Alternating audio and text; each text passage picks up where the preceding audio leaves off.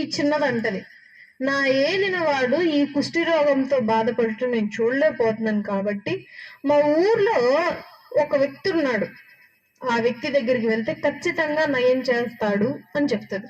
అంటే యజమానుడికి నమ్మకస్తురాలుగా ఉండి యజమానుడికి సహాయం చేయాలని చూసింది ఈ దాసురాలు.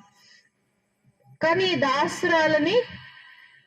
దాసురాలని భార్య దగ్గర పని మనిషిగా తీసుకొచ్చాడా యజమానుడు.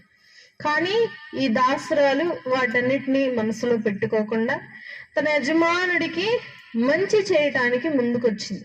అదే మనం గాని ఆ పరిస్థితుల్లో ఉంటే వారిని నాశనం చేయాలన్న ఆలోచన కలిగి ఉంటాం ఖచ్చితంగా. కానీ ఈ చిన్నది తన యజమానుడి బాగు కోరుకొని తన స్వస్థతకు మరి మందు చెప్పటం జరుగుతుంది. తర్వాత ఏలియా గారి దగ్గరికి వెళ్ళి మరి